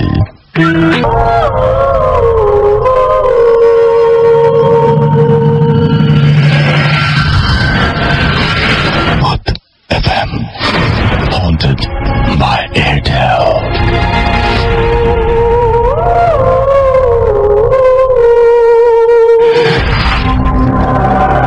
শুনছেন সবসময় রেডিও ফুর্তির সাথে আছি রাসেল, আমার সাথে আছে মাসুম এবং আজকের অতিথিরা। আর আপনাদের সবাইকে জানিয়ে দিই যে আপনারা রেডিও ফুর্তির এই ভূত এফএম হন্টেড বাই এয়ারটেল যদি আজকে আনফরচুনেটলি মিস করে থাকেন, তাহলে আপনার এয়ারটেল এম রেডিওর মাধ্যমে আপনি আবারও এই এপিসোডটি শুনতে পাবেন। এবং সেই জন্য আপনাকে যেটা করতে হবে, আপনার এয়ারটেল নাম্বার থেকে ডায়াল করতে হবে 4040, সিলেক্ট করতে হবে চ্যানেল 22, এবং তাহলে দেখবেন যে একটার পর একটা এপিসোডের অপশন আপনার কাছে আসছে এবং সবচাইতে বেশি যে এপিসোডটি আপনার শুনতে ইচ্ছে করে বা যে এপিসোডটি আপনি মিস করেছেন সেটা আপনি সিলেক্ট করে শুনতে পারেন। এছাড়াও আপনি ভূত এফএম এর যে টিউন, এটা আপনি কলার টিউন অথবা মাই টিউন হিসেবে সেট করতে চাইলে আপনাকে একটা SMS এর মাধ্যমে আপনি সেটা সেট করে ফেলতে পারেন। ভূত এফএম কলার টিউনটা আপনাকে মনে রাখতে হবে। ভূত এফএম টিউন কোড ইজ 92125 এবং আপনি একটা SMS পাঠাতে পারেন। যেটা আপনাকে পাঠাতে হবে সেটা হচ্ছে সিটি লিখে স্পেস দিয়ে 92125 লিখে পাঠিয়ে দিতে হবে 3123 নাম্বারে। তাহলে দেখবেন যে আপনার এটা মাই টিউন, এই ভূত এফএম এর টিউনটা কলার টিউন বা মাই টিউন হিসেবে সেট হয়ে গেছে। এদিকে দেখতে পাচ্ছি আমাকে বেশ কিছু SMS করেছেন পলাশ সেতু মণিপুর থেকে। এছাড়া আমাদেরকে কাউসার SMS করেছেন, আমাদেরকে SMS করেছেন দেখতে পাচ্ছি মাসুম ফ্রম মংলা, অনেক দূর থেকে SMS করেছেন। তাই আমাদেরকে তৃষা গ্যান্ডারিয়া থেকে SMS করেছেন। আসলে অনেক দূর থেকে বললাম, কিন্তু আসলে কেউই দূরে নয়। ভূত এফএম এর সবাই খুব কাছাকাছি রয়েছেন। মনে হয় যে স্টুডিওর মধ্যেই সবাই একসঙ্গে বসে ভূত এফএম শুনছি, ভূত এফএম নিয়ে কথা বলছি, ঘটনাগুলো একসাথে এনজয় করছি। মিরপুর থেকে আমাদের SMS করেছেন। এছাড়াও রাকিব আমাদের SMS করেছেন এবং তিনি বলছেন যে এতগুলো SMS পাঠালাম। হ্যাঁ, আপনি 3টি SMS পাঠিয়েছেন আমি দেখতে পাচ্ছি। রিয়েলি সরি যে আপনি আপনার আগের SMS গুলো আমি পড়িনি। রনি চিটাগং থেকে SMS করেছেন, ভাইয়া ভূত এফএম অসাম, এবং তিনি বলছেন যে সালাম ভূত এফএম, আমি আর সালাম ভূত এফএম শুনছি একসঙ্গে। মাহফুজ আমাদের SMS করেছেন। এছাড়াও আমাদেরকে SMS করেছেন দেখতে পাচ্ছি সাভার থেকে আরিফ। এছাড়াও আমাদের SMS করেছেন দেখতে পাচ্ছি আশিক ফ্রম রাজশাহী, এবং আমাদেরকে SMS করেছেন সুরভি মিরপুর থেকে। এছাড়াও আমাদেরকে SMS করেছেন দেখতে পাচ্ছি কাইয়ুম সহ আরো অনেকে। যদি আমাদের SMS পাঠাতে চান তাহলে SMS পাঠানোর নিয়মটা হচ্ছে মোবাইলের মেসেজ অপশনে গিয়ে টাইপ করুন SHOUT শাউট স্পেস আপনার নাম স্পেস আপনার মেসেজ, পাঠিয়ে দিন 9840 নাম্বারে। আর আমাদের যদি ইমেইল করতে চান, যদি আপনার কোনো বড় ধরনের কোনো ঘটনা থাকে, যে ঘটনাটা আপনি চান স্টুডিওতে এসে শেয়ার করতে বা আপনি চান যে আমরা পড়ে শোনাই, তাহলে আপনি যেটা করবেন সেটা হচ্ছে আপনার ঘটনাটি লিখে ফেলুন এবং আমাদেরকে মেইল করুন। আমাদের অ্যাড্রেস হচ্ছে bhootfm@radiofurti.fm, which is BHTTFM@radioforti.fm। এছাড়াও আমাদের চিঠি লিখতে পারেন, আপনি আমাদেরকে চিঠি পাঠাতে পারেন আমাদের পোস্ট বক্স রেডিও ফুর্তি লিখে, আমাদের পোস্ট বক্স 984, সেখানে আপনারা আমাদেরকে চিঠি লিখে আপনাদের ঘটনাগুলো পাঠাতে পারেন। আর অবশ্যই আপনাদের যে ঘটনা, সেই ঘটনার সাথে আপনি নাম, ঠিকানা এবং ফোন নাম্বার লিখতে ভুলবেন না, বিশেষ করে যারা স্টুডিওতে আসতে চান। আমরা চলে যাব ঘটনায়, আমরা আবারও চলে যাব আপনার কাছে। আপনার নামটা একটু বলবেন please. Hi listeners, Arif again. Okay, আপনার ঘটনায় চলে যাই আমরা। মূল ঘটনা যাচ্ছি। আমার ঘটনা হচ্ছে 2009 ডিসেম্বর। তখন আমি অফিসের একটা কাজে আমার টিম নিয়ে আমি চলে যাই নওগাঁতে। ঠিক নওগাঁ শহর থেকে 45 কিলোমিটার একটা গ্রামের ভিতরে আমার সাইটটা পড়ে। আচ্ছা, সেখানে একটা রাসেল ভাই আমি ডাক বাংলোতে উঠি। তো প্রতিদিনের মতো, মানে ঘটনা হচ্ছে তার 3য় দিন, আমি নওগাঁ যাও 3য় দিন পর সে ঘটনা ঘটে। প্রতিদিনের মতো সেদিনও আমি রুমে চলে আসি। কাজ শেষ করে সাইট থেকে রুমে চলে আসার পর আমরা টোটাল ছিলাম সেখানে 5 জন। একজন সেদিন ঢাকায় ব্যাক করে, তো একটা সমস্যার কারণে ও ঢাকায় ব্যাক করে। আমরা তখন সেখানে 4 জন রয়ে যাই। 4 জনের মাঝ থেকে 2 জনকে আমরা সেই বাংলোতে রেখে আমি আর আমার আরেকটা কলিগ, ওকে নিয়ে আমরা চলে আসি নওগাঁ শহরে যে কোনো একটা কুরিয়ার সার্ভিসে। আমাদের ঢাকা থেকে টাকা পাঠানো হয়েছে, সেই টাকা উঠানোর জন্য, কারণ আমাদের যে সাইট চালাতে হবে সেটার জন্য টাকা ছিল না। আচ্ছা, তো টাকা তোলার জন্য আমরা চলে যাই নওগাঁ শহরে। সেখান থেকে যেতে প্রায় 2 ঘন্টা 2.5 ঘন্টা সময় লাগে নওগাঁ শহরে যেতে। জায়গাটার নাম অবশ্যই সবার জেনে রাখা ভালো। জায়গাটা হচ্ছে নওগাঁ শহর থেকে 45 কিলোমিটার দূরে। গ্রামটা হচ্ছে মান্দা পরানপুর, সেখানকার ঘটনা। তো দুজনকে রুমে রেখে আমরা দুজন টাকা তোলার জন্য চলে যাই শহরে। সেইখানে আমরা 7টার সময় টাকাটা তুলি কুরিয়ার সার্ভিস থেকে। 7টায় টাকাটা তোলার পর ওর মোবাইলে একটা সমস্যা দেখা দেয় আমার কলিগের। সেই মোবাইলটা সারানোর জন্য মিস্ত্রির কাছে নিয়ে যাই দুজন একসাথে। সেখানে ঠিক করতে করতে প্রায় 9টা-10টা বেজে যায়। এরপর দুজনে একটু ঘুরে টুরে দেখলাম যে ভালো কোনো খাবার পাওয়া যায় কিনা, আমাদের সাথে যে কলিগ গুলো আছে তাদেরকে মানে উস করবো এগুলো দিয়ে। তো ওরা বলছিল যে যদি বগুড়া দই পাওয়া যায় আর কি। পরে সুজন ভাইকে আমি, আমার কলিগের নাম হচ্ছে সুজন ভাইকে আমি স্মরণ করে দিলাম যে ওরা তো বলছিল যে বগুড়ার দই খাবে, তো চলেন দেখি দই ছাড়া আর কিছু পাওয়া যায় কিনা, ওইগুলো নিয়ে নেই। তো এইগুলো কিনতে কিনতে আমাদের প্রায় ওইখানে বেজে গেল অনেকটাই, রাত অনেক হয়ে গেল। তো আমরা দুজনে একসাথে জিনিসপত্র কিনে পরে ব্যাক করি সে আমাদের ডাক বাংলোর উদ্দেশ্যে। তো সেখানে যখন ব্যাক করলাম তখন টাইম হবে 12টা, আনুমানিক 12টা সামথিং হবে, 12টা হবে। তো সুজন ভাই আমি দুজন একটা ভদ্রলোককে জিজ্ঞাসা করে এখানে কোনো খাবার হোটেল আছে কিনা। সে আমাকে উত্তর দিল হ্যাঁ আছে, একটু সামনে। তো 2 থেকে 3 মিনিটের পথ হেঁটে গিয়ে দেখলাম যে একটা গ্রামের হোটেল আর কি, যে সাধারণত যে রকমের হয় রাসেল ভাই বাঁশের তৈরি করা মাচার মতো আর কি। সেখানে গিয়ে দুজন জিজ্ঞেস করলাম যে ভাই ভাত আছে? তখন সেই হোটেলের দোকানদার বললো যে হ্যাঁ আছে, তো 3 জন খাওয়া যাবে। বললাম যে আমরা দুজনের হলেই হবে। তো 2 জন খাওয়া দাওয়া শেষ করে এখান থেকে বের হয়ে পরে বললাম যে সুজন ভাই চলেন রুমে চলে যাই। তো সুজন ভাই বললো যে আচ্ছা ঠিক আছে, রাত আমার একটু জাগতে হবে, ল্যাপটপে একটু কাজ করতে হবে নেটওয়ার্কিং এর। তো আমি এক কাজ করি, ওইখানে দেখি দেখা যাচ্ছে দোকান খোলা, আমি কিছু সিগারেট নিয়ে আসি আমার জন্য, তো আপনি চলে যান ডাক বাংলোতে। তো আমি এত ভয় টয় এগুলোর চিন্তা ভাবনা কিছু করিনি। তো আমি হাঁটা শুরু করলাম। সেইখান থেকে যদি আমি দ্রুত গতিতে হেঁটে যাই, আস্তে না হেঁটে, তাহলে আমার কমপক্ষে সময় লাগবে 15 থেকে 20 মিনিট সেই ডাক বাংলোতে যেতে। তো আমি হাঁটতে হাঁটতে যাচ্ছি, যেতে যেতে তো ডাক বাংলোর কাছাকাছি প্রায় এসে গেছি। ওই মুহূর্তে তখন দেখলাম যে একটা 70 থেকে 75 বছর বয়সের একটা মানে বুড়ো পুজো হয়ে হাতে লাঠি নিয়ে ঠকঠক করে হাঁটতেছে। তো তার গায়ে পরানো ছিল সাদা একটা পাঞ্জাবি, খুব পাতলা। তো শীতের মধ্যে আমি চিন্তা করতেছি রাসেল ভাই যে আমি সোয়েটার পরা, আমার শীত করতেছে, হাত পা জমে যাচ্ছে বরফে। তো সেই লোক পাতলা একটা পাঞ্জাবি পরা সাদা, তো সেই লোকে কি কোনো শীত নাই? চিন্তা করলাম যে তাকে জিজ্ঞেস করলাম যে আচ্ছা আপনি এত রাতে কোথায় যাচ্ছেন, আপনার কি শীত করতেছে না? সে আমাকে কোনো উত্তর দিল না। দ্বিতীয়বার আবার জিজ্ঞেস করলাম যে আপনার কি শীত করছে না, আপনি কোথায় যাচ্ছেন? এরপরও কোনো উত্তর দিল না। শেষে আমি চিন্তা করলাম যে না থাক, আমি চলে যাই। তো আমি 4 থেকে 8 ফিট হবে আমি এরকম তার থেকে ডিস্টেন্স থাকি। এরপর আবার চিন্তা করলাম যে তাকে দেখি কোনো হেল্প করতে পারি কিনা। আমি আবার যখন ব্যাক করছি, মানে মুভ করছি তার দিকে, ঘুরে দেখি সেই লোক আর নাই। আচ্ছা, এটা একদম মুহূর্তের মধ্যে হচ্ছে। এবং নিশ্চয়ই কোনো ধরনের কোনো রাস্তায় এমন ছিল না যে সেখানে সে হঠাৎ করে হারিয়ে যাবে, এরকম ধরনের কোনো ব্যাপার ছিল না।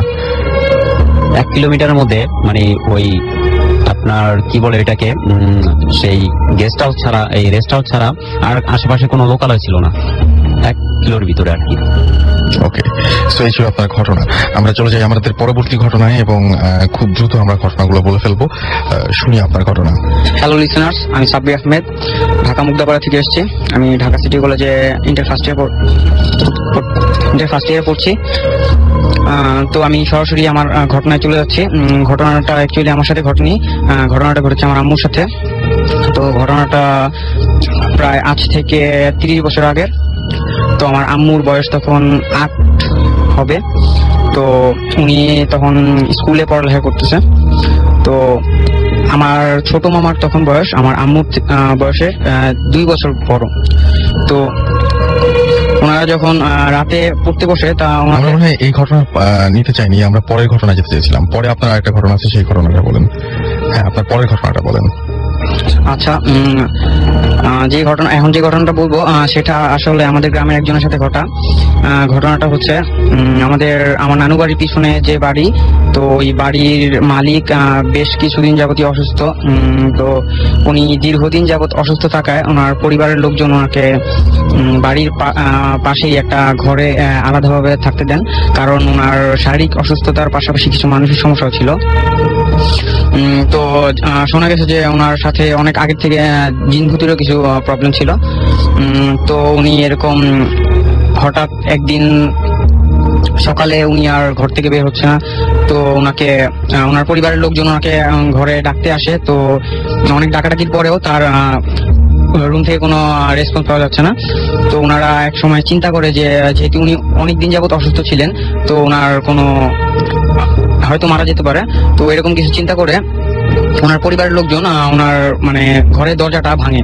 তো ঘরের দরজাটা ভাঙার পর আশ্চর্য যে ঘটনাটা ঘটে যে ঘরটা ভিতর থেকে লাগানো ছিল ঠিকই, কিন্তু ভিতরে উনি ছিল না, যিনি থাকার কথা। তো উনি না থাকার এখানে তো ওনাকে আশেপাশে সব জায়গায় খোঁজা হয়, প্লাস মানে গ্রাম বা আশেপাশে সব জায়গায় খোঁজা হয়। তারপর মানে ওনার তো ঘরটা বাইরে থেকে বন্ধ করা ছিল, তারপরেও ভেতরে ছিল না সে? না, ভিতর থেকে বন্ধ করা ছিল, যে ভিতর থেকে বন্ধ করা ছিল, রাইট, বন্ধ করা ছিল। তো এই ঘটনার পরে ওনাকে ভালোভাবেই খোঁজা হয় সব, মানে এমনকি ওনার বাড়ির আশেপাশে যে পুকুরগুলো ছিল, পুকুরগুলাও ছাকা হয় যে এরকম পুকুরে পড়তে পারে। তো এরকম কিছু হয়নি, অনেক খোঁজাখুঁজি